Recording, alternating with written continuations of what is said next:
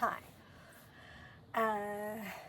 Today I was wanting to talk to you about an analogy that I had heard from a guy called Mikis, a big Greek guy that I met in Peru. My eldest son and I went to Peru 2.5 years ago now to do an ayahuasca journey or two. And we ended up at this place. It was a 2-week retreat. It was the craziest shit ever. God. Literally was. Yep. But that's another story in itself.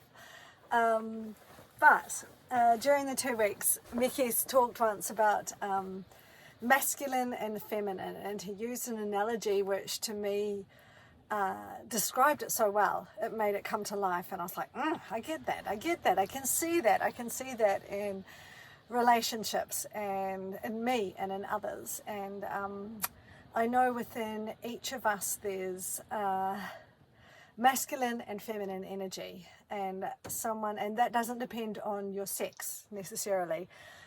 Some women have a lot of masculine energy and some men have a lot of feminine energy. One way to that sort of reveals this and helps you see this more is if you have your astrological birth chart done, and it shows how much feminine and masculine energy you have. But that's another whole thing altogether that we'll come to one day. But the analogy he gave was this, that the feminine is like a river, a flowing river that bubbles along and moves quite swiftly, and it's full of movement and life and light, and and that's the feminine energy. It's bubbly, it's changeable, it's on the move, and that's the feminine energy there. And he said the masculine energy is the banks of the river.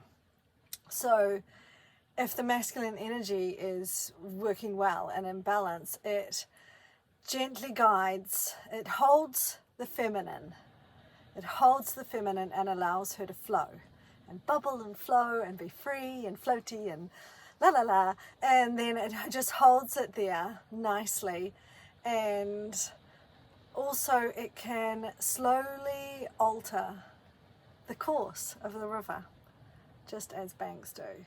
Can slowly, and the feminine just doesn't even really realize that the direction's been slightly changed, and the masculine is just holding her there, allowing her to be, allowing her to fully express.